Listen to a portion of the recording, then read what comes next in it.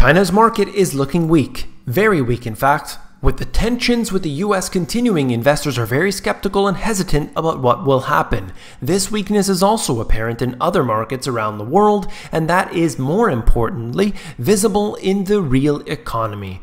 Nobody realizes it until it's too late.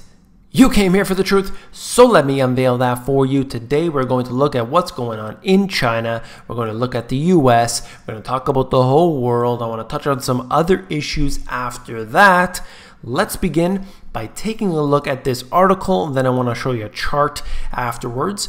Today, China's economy is slowing and shopping has slowed with it. The stock market is slumping. China's currency has lost some of its value. The trade issues that are going on right now have left Chinese feeling pessimistic about the future.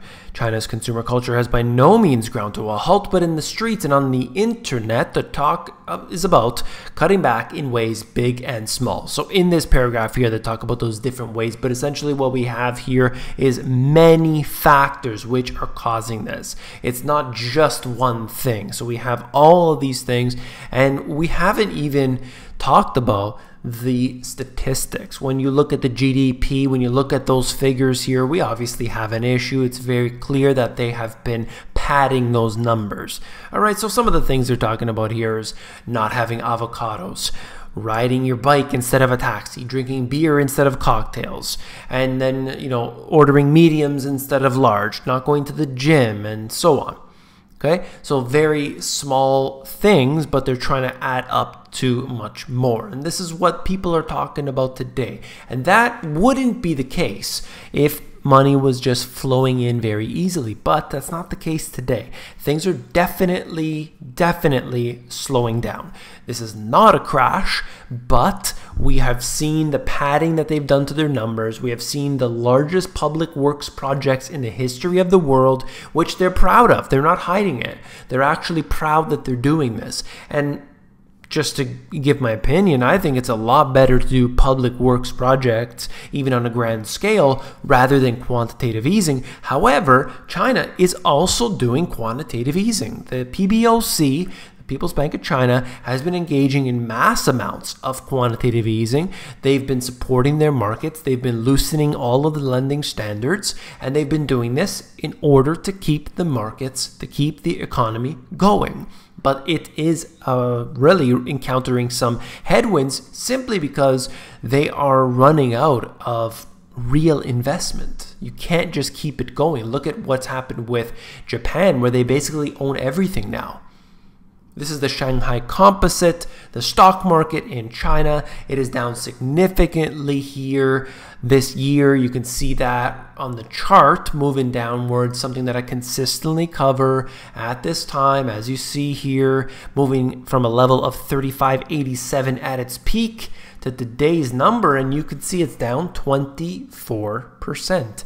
This is a very significant amount. It is a bear market. They are experiencing a bear market, and it's not just this week. It's not just this month. This has been going on now for a little while. They have been in a bear market in their stocks. The economy is definitely slower. Year-over-year growth has slowed down. But what we can see is that this is now going to impact countries interconnected with China, and that means pretty much everybody. All right, so let's look further into this here. Strong growth of retail loans was driven by consumption loans from a low base and credit cards. All right, so that's never a good thing. You don't want any of the citizens to be utilizing their credit cards too much. We see that going on in the US, over $1 trillion of credit cards. I mean, come on, it's just ridiculous. Short-term retail loans are up. Long-term retail loans are down. I'd rather see it the other way around. This is just the case, okay? And on the right-hand side, retail loans by growth types. Consumption loans have skyrocketed, okay? So basically the use of credit cards have skyrocketed. Mortgages to some degree have declined, all right? So that to me is a big problem. So this consumption loans, which they are, so this dotted line here is actually the credit cards, but whether we look at credit cards or any sort of loan, that It is, in fact, becoming a big problem in China right now because more and more people are taking those on.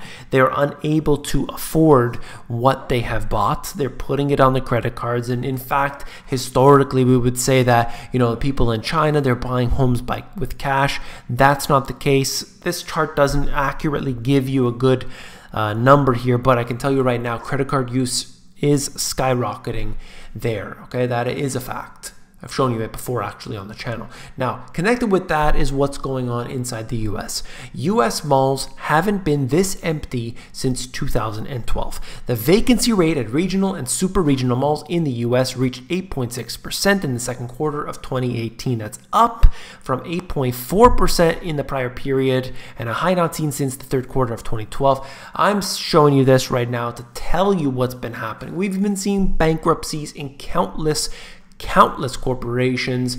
They're just mentioning one, that's Toys R Us, but there's a huge list. I'll show you something in just a minute interconnected with that. But all of these malls right now are having a big problem. Okay, we're seeing this going on with the different malls where they're trying to lease out that space to companies you would not typically find in a mall. So you're going to have, your big box type stores, you're going to have your jewelry stores and your clothing stores, and then there's a school, and then there's a library, and then there's all these different types of businesses that are in there. And it's strange. Typically you wouldn't have that, but now they're going out to these different companies looking for some business. That's what's happening. And a lot of those flagship type stores are going out of business. They're leaving, closing locations, and it's leaving a huge void because that would be their rock. That would be their stable, sort of keeping it all there, keeping it going, the mall, and those ones are leaving. So you have a very big problem happening here. And that is in the US. The same thing is happening in Canada, and I'm sure it's happening in other places around the world. Again, we are seeing this not just because of retail sales. If you look at total retail sales, I have shown you here on the channel before, it's somewhere between 9 and 10% of online sales are all of retail. 9 to 10%. And maybe you want to calculate that to 12%. Maybe you can show me statistics that say 15%. Maybe that's going to become 20% soon. But it doesn't matter because we are seeing that most of the sales today are taking place on, the physical in-person transactions. There is a growing number going online. That's obvious. Going towards more Amazon, going towards more e-commerce. Okay, that's happening. But it's going to take a long while. What we're seeing today is not because of the growth of e-commerce, the growth of Amazon. It's because of a dying economy. And sure, e-commerce is playing a role. There's no doubt about that. But that's not the reason that you would have complete bankruptcies of companies. You would have locations closing. The ones that aren't performing well, you start to close them up. Close up shop, start to tighten your belts a little bit, that's for sure. Okay, now look at this here. Retail collapse, the 57 biggest chains closing stores. You can scroll through. I've shown you something similar before. Maybe I'll just touch on a few in here. Abercrombie, Aristotle, or whatever you call this, Aerosols. I'm not familiar with a lot of these. American Apparel's one, American Eagle, and so on. A lot of them are retail spaces. They have clothing brands. They're the big box stores. We're talking about huge companies, okay? This is not mom and pop shops closing up because of, they can't make ends meet. We're talking about huge companies that have many stores, hundreds and hundreds of locations. So this is not normal what's happening here, all right? And all of this comes at the time we can see inflation, even in their fake, the worst statistic you can look at for inflation, core CPI. This is the Fed. They love core CPI because it's the most fake. And even that one has moved to a level we haven't seen since prior to the financial crisis. Even their silly, ridiculous core CPI statistic has now moved back into that territory. You want to look at real CPI? That's even better, all right? You want to look at real inflation. Forget about CPI because it's fake. But you look at real levels of inflation and you can start to feel it. You know that with energy prices. You know that with what's happening with food prices, with the prices we pay for any sort of service that we use. It's going up. It's not going up at a rate of 2.4% a year. It's going up a lot more than that. And we're starting to feel that, the slow burn that eats at you from the bottom. And it happens to, hit you in the pocketbooks. You max out your credit cards. Now you can't go to Toys R Us and buy that new toy. But what's the solution to all of this? When the people run out of money, then the government has to step in. Well, they had this whole universal basic income thing, and they wanted to do this. They had a pilot project for Ontario, and they wanted to give everybody in this pilot project free money. And they would say, how do these people deal with the money? Do they then spend it into the economy? Do they just waste it? Do they hoard it? This was the project. Terrible idea to begin with, but that's what they wanted to do. It's now scrapped. Excellent. All right. We don't need any more money being spent frivolously. We need it to be used where it's appropriate. We have infrastructure falling apart, and we have money being sent overseas. Not sure where it's going, not sure how it's being used, but I'll tell you right now that money could be better spent to actually fix our economy. Oh, but I'm inconsiderate. All right, then we have this to switch gears entirely here. California is paying inmates $1 an hour to fight the wildfires. So you saw what happened with this whole wildfires. I mean, a terrible situation, tragedy, and everything that's been happening.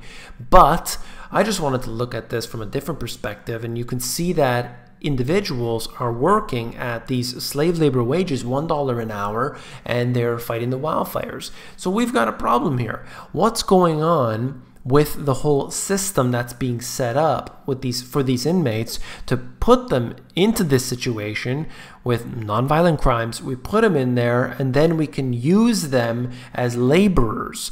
All right, I've covered this issue before. I just find it very unusual what's happening. I don't think this is a good thing in many respects.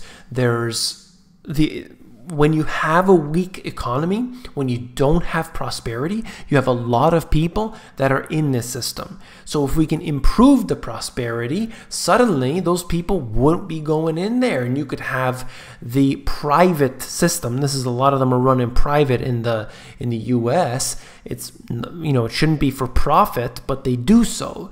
This is a messed up system. We should be trying to do our best to get the economy going again, but the money's squandered, the money's not used properly, and unfortunately, this is what we have to deal with. If you found this video informative, please give me a thumbs up. I ranted on, I know, but I hope you appreciate it. I hope you got a few bits of information from there. If you did, hit that thumbs up button. I really appreciate that. Thank you.